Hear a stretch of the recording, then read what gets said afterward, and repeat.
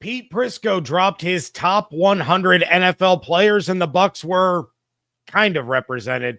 That and more on today's episode of Locked On Bucs.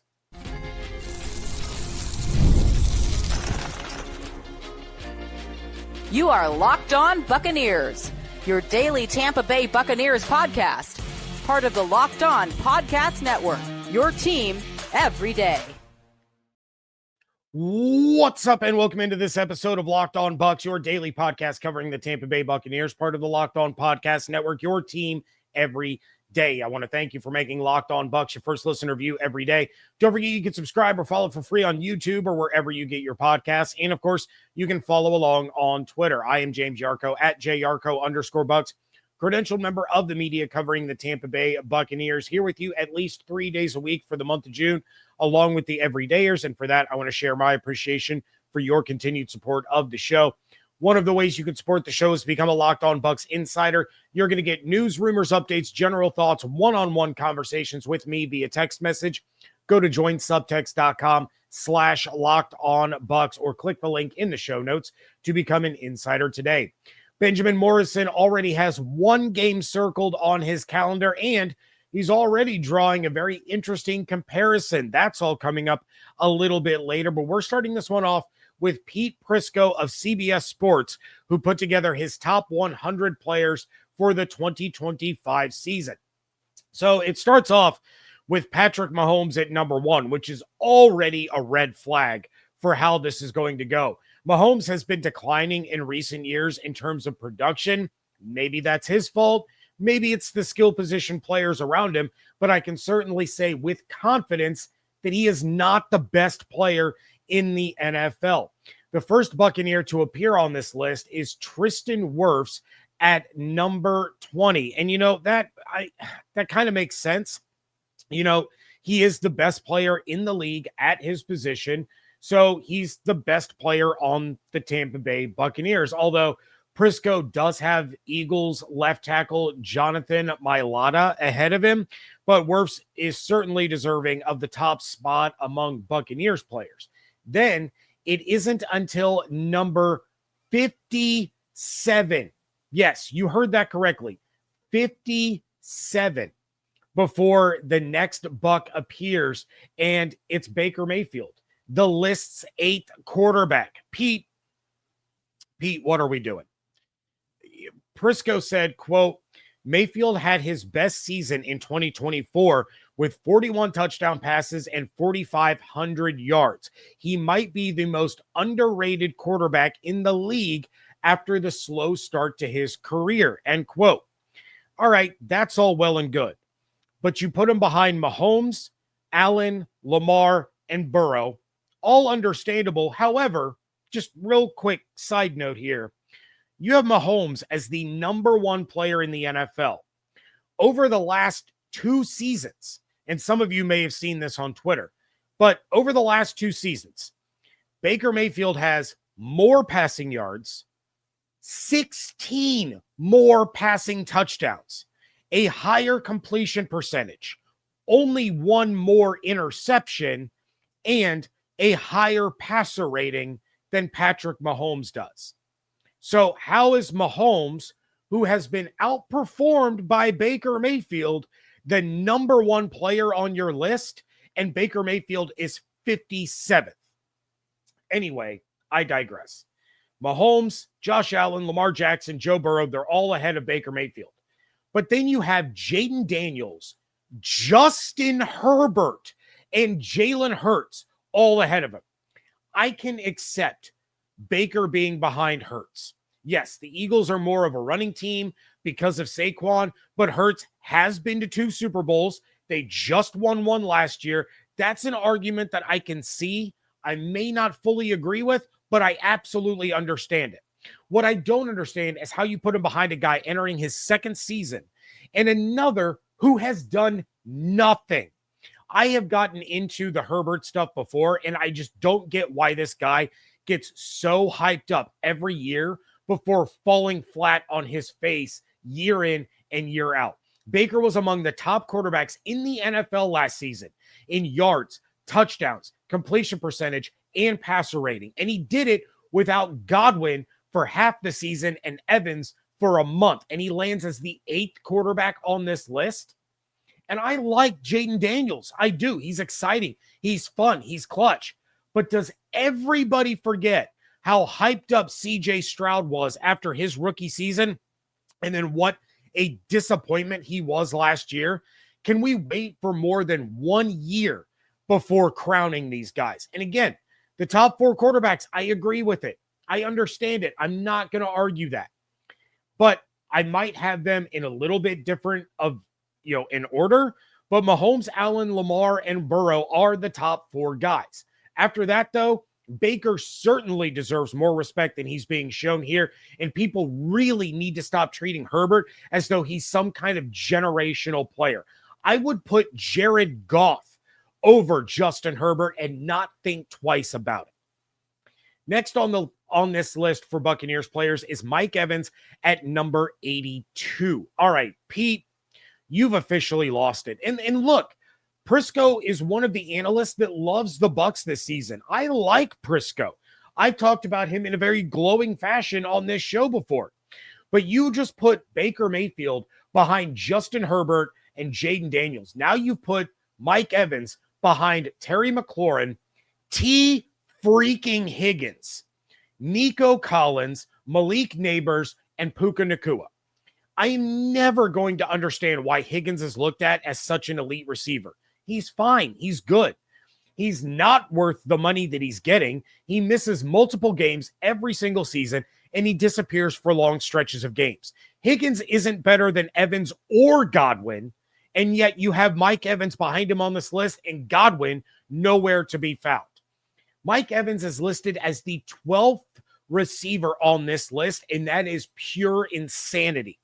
And I'll say the same thing about Malik Neighbors that I did Jaden Daniels. Love watching him play. He's electric. He's fun. But let's see if he continues along the same trajectory before crowning. I'm old enough to remember Odell Beckham Jr. getting hyped up year after year because of his rookie season, and he was never as good as he was that 1 year. Antoine Winfield Jr. comes in at 89, which I'm going to say is fair. After the season that he had last year, 89, that's fair. He needs to ball out like he did in 2023 before I make a fuss about that one. He's still, in my opinion, one of the best and most talented safeties in the league, but he has to show that he can regain that all-pro form before I make a stink about where he is on a list like this one. The final Buck on this list is Bucky Irving, and he comes in at 94. All right, decent showing after an explosive rookie season, but I'm not going to talk out of both sides of my mouth here. He needs to show that he can continue to do it before he's higher up on this list. If I'm going to say that Prisco needs to hold off on guys entering their second season, then I can't argue for Irving being higher on a list than he is in this one. That said, it's tough to make the argument the Buccaneers should be ahead of some of the proven backs that are ahead of him on this list. If there's one thing that the Bucs have mastered, it's finding a rookie running back that goes off in his first year and then has a significant drop in production in their second year. I don't think that's going to happen in this situation, but it's not out of the realm of possibility. So outside of that, where are Levante David and Vita Vea? Like, seriously, how is Vita not one of the top defensive tackles that you put on this list? He should be in the top 50, and he doesn't even show up in the top 100. Levante is just going to continue to be overlooked, underappreciated, and disrespected. Maybe it's his age. Maybe it's because he keeps to himself. I don't know.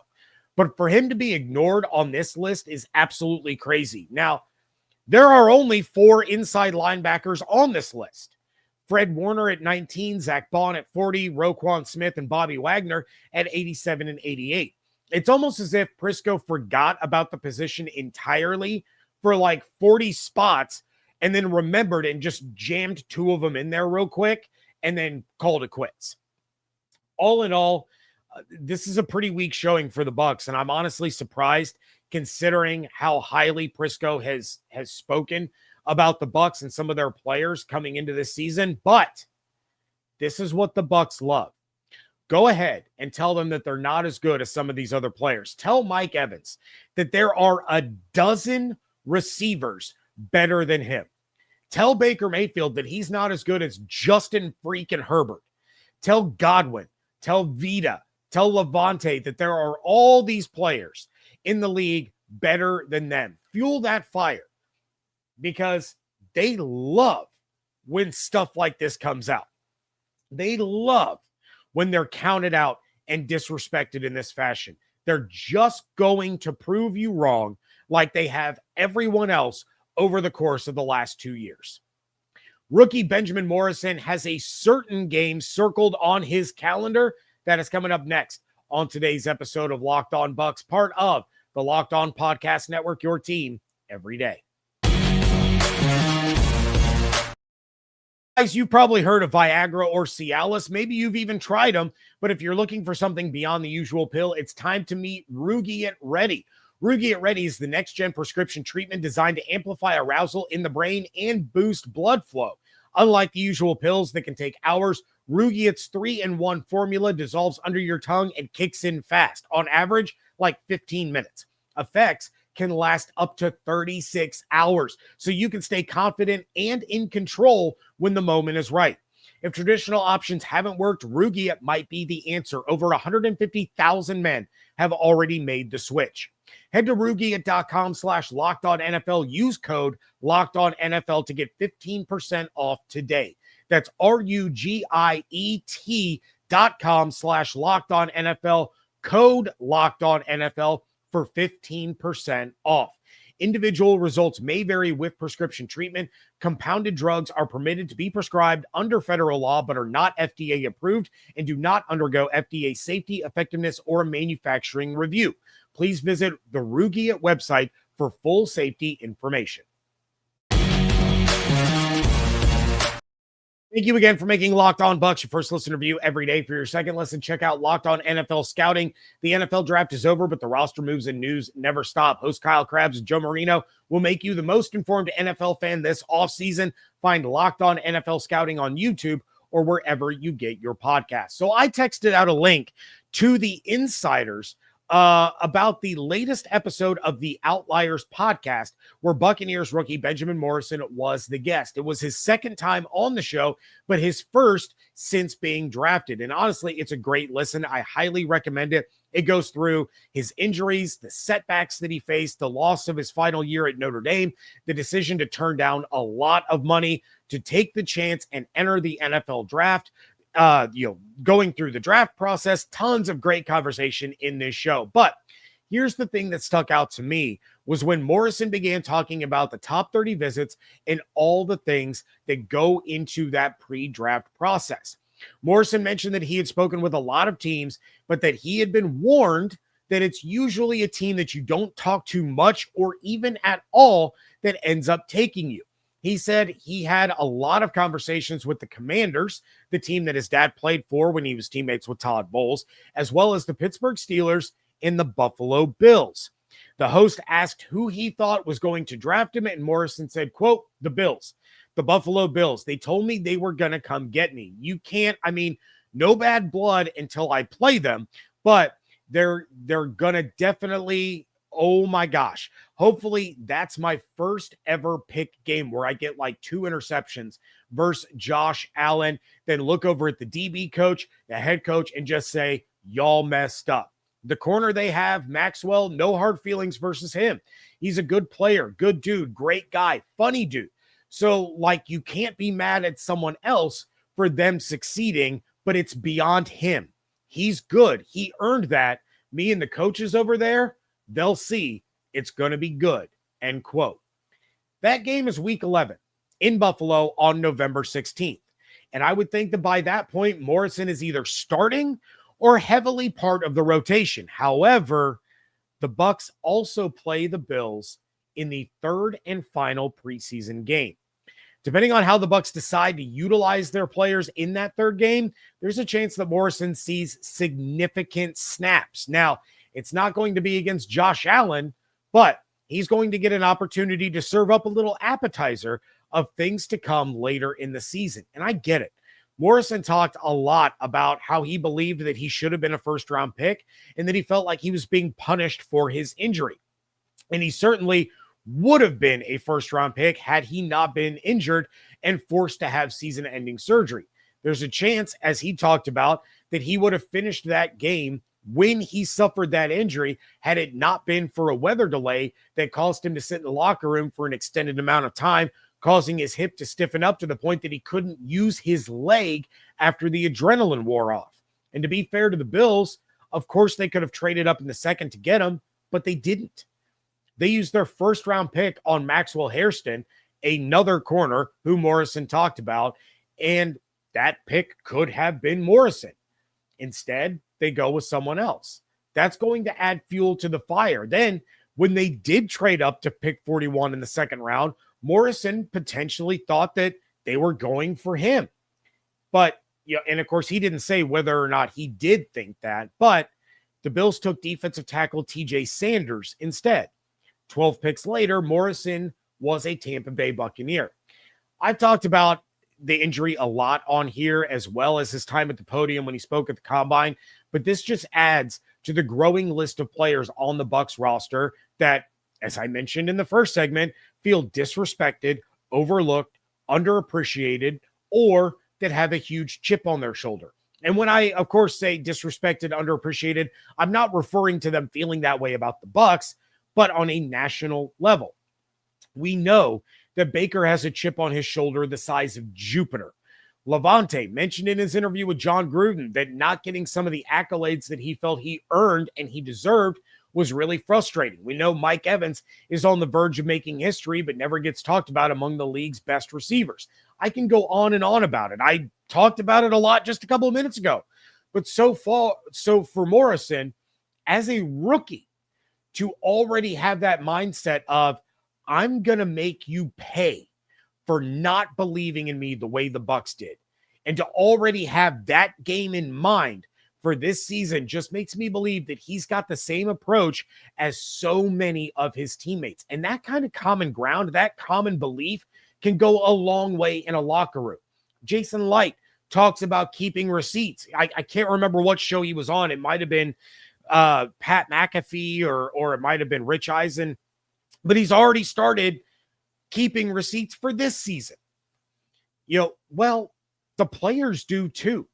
So when Morrison was told by the Bills that they were going to come get him and then to watch them take a different corner instead, I can't even imagine the level of anger and frustration that he had in that moment. But you know what? Use it. Use that as fuel and motivation. You're going to get a crack at them in the preseason, then again in the regular season, and maybe down the line, could be this year, could be next year, you might get a crack at them in a Super Bowl. But you can make them regret their choice of Maxwell Hairston in the first round. And if by some chance Morrison ends up anything like the player that he's being compared to, he's going to make a lot of teams regret passing on him in the draft. That's coming up next on today's episode of Locked On Bucs.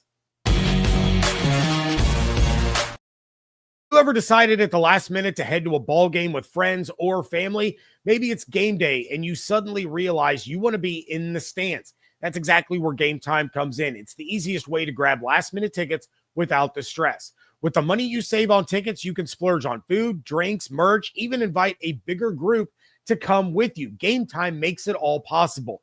Gametime makes buying tickets fast and simple. Prices on the app actually drop the closer you get to first pitch, and they've got incredible last-minute deals, clear seat views, and lowest price guarantee that takes the worry out of buying. All-in pricing and exclusive zone deals makes the ticket shopping experience as easy and stress-free as you can imagine. I am not kidding when I tell you that Gametime is always the place that I go to when I'm looking for tickets, and I use them for everything from sports to concerts. Take the guesswork out of buying tickets with Gametime. Download the Gametime app, create an account, use code LOCKEDONNFL for $20 off your first purchase. Terms apply. Again, create an account, redeem code LOCKEDONNFL for $20 off. Download Gametime today. Last minute tickets, lowest price guaranteed. Wrapping things up here on today's episode of Locked On Bucs, and it's a Benjamin Morrison kind of episode.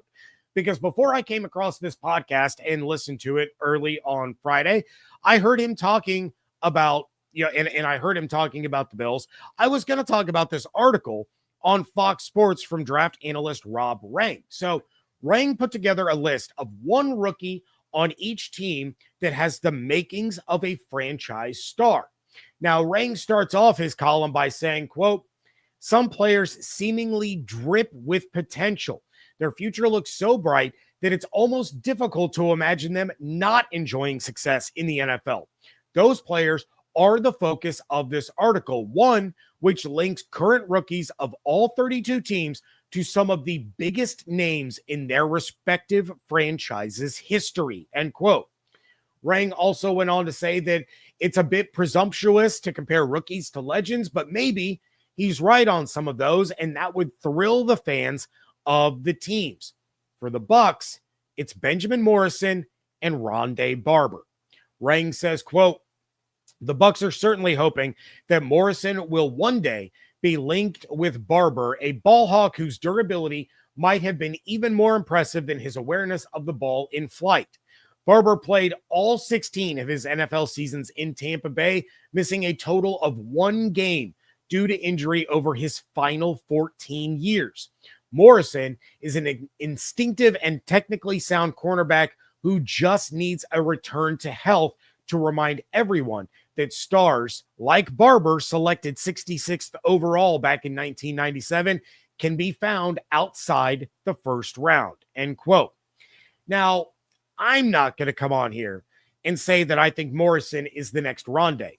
You guys know how high I was on him during the draft process, how excited I was when he was drafted. I have never seen my phone, my text messages, my DMs on Twitter for both my account and the Locked On Bucs account, my DMs on Instagram, comments on the YouTube channel. I have never seen the level of notifications that I got for anything Buccaneers related like I did from all of you who messaged me when Morrison was drafted.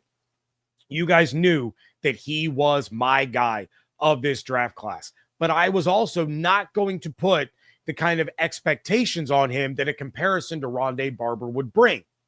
With that said, I'm not the one that made the comparison initially, so we're all just going to need to hope that Rob Rang is correct in his assessment. I can, however, see what Rang is doing with this comparison.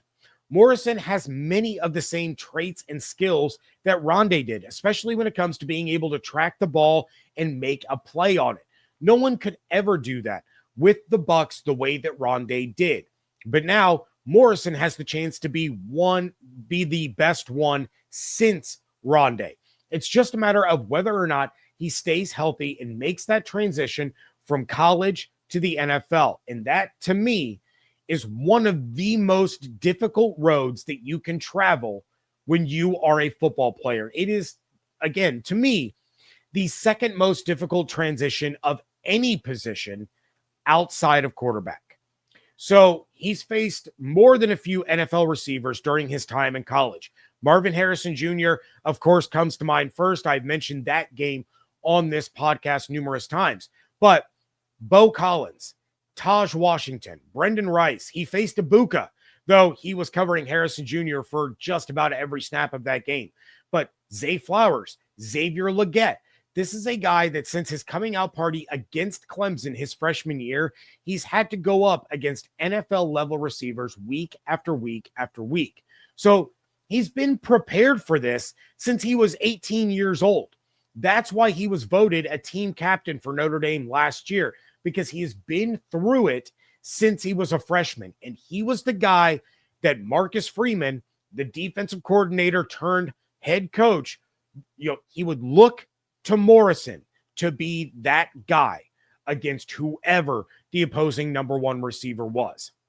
Now he has to face the best receiving core in the NFL every single day in practice. If that's not going to prepare you to be a starter, then nothing will. It's kind of like last year when we kept talking about Graham Barton having to face Vita Vea every single day in practice. And by comparison, it was going to make games easier than practice. Morrison and to be fair, Jacob Parrish as well, they're going to get put through the ringer every single training camp practice and in-season practice, and that's going to set them up for the gauntlet of receivers that the Bucs face this year. Now, the Bucs, as of right now, don't face, in my opinion, the top 2 receivers in the NFL, Justin Jefferson, Jamar Chase. They do, however, face Drake London, Nico Collins, A.J. Brown, Devonta Smith, Garrett Wilson, Brandon Ayuk, Amon-Ra St. Brown, who, in my opinion, is the 3rd best receiver in the NFL, Chris Olave, Puka Nacua, Devontae Adams, Keon Coleman, Marvin Harrison Jr., Xavier Legette, Ted McMillan, Tyreek Hill, Jalen Waddle. The Bucs face some of the best receivers in the league this season, and some of these guys had some real bad days against Benjamin Morrison when they were in college. I'm looking at you, Marvin Harrison Jr. I'm looking at you, Xavier Legette. I'm looking at you, Garrett Wilson, who he had to face in practice, Chris Olave, not facing him in practice, but you guys, you get the point. I'm excited about this kid. You guys know that I am. I hope you guys are excited, and I hope that all of that excitement is validated. But going back to Rob Rang and comparing him to Rondé Barber, those are some lofty comparisons, and that's a lot of pressure to live up to. I think Lavonte has earned being in the same conversation as Derek Brooks. Lavonte is right up there with Brooks as the 2 best linebackers in this franchise's history, and this franchise has had some incredible linebackers. I think Vita Vea, when all is said and done, is going to end up being in the same conversation as Warren Sapp. Antoine, if he returns to form and maintains that level of play, he's going to be talked about in the same breath as John Lynch. The Bucs have not found that corner that can be talked about in the same breath as Rondé Barber. If they found that here with Morrison, this defense is going to remind a lot of you of the good old days. That's going to do it for this episode of Locked On Bucs. We are going to be back next week. Let's do a Mailbag Monday episode. Insiders, text me your mailbag questions. If you're not an insider, you could become one. But if you're not, DM at Locked On Bucs on Twitter. And you can submit your questions over there. But it's easiest to be an insider. Go to joinsubtext.com/LockedOnBucs or click the link in the show notes. Subscribe on YouTube with the notifications turned on, as well as wherever you get your podcasts. Follow on Twitter at Locked On Bucs, at @JYarcho_Bucs. If you want to support the show, but you don't want to be an insider, please leave us a 5-star review wherever you get podcasts. It does help other Buccaneers fans find the show. Hope you all have an absolutely outstanding weekend. Stay safe, stay healthy, fire the cannons.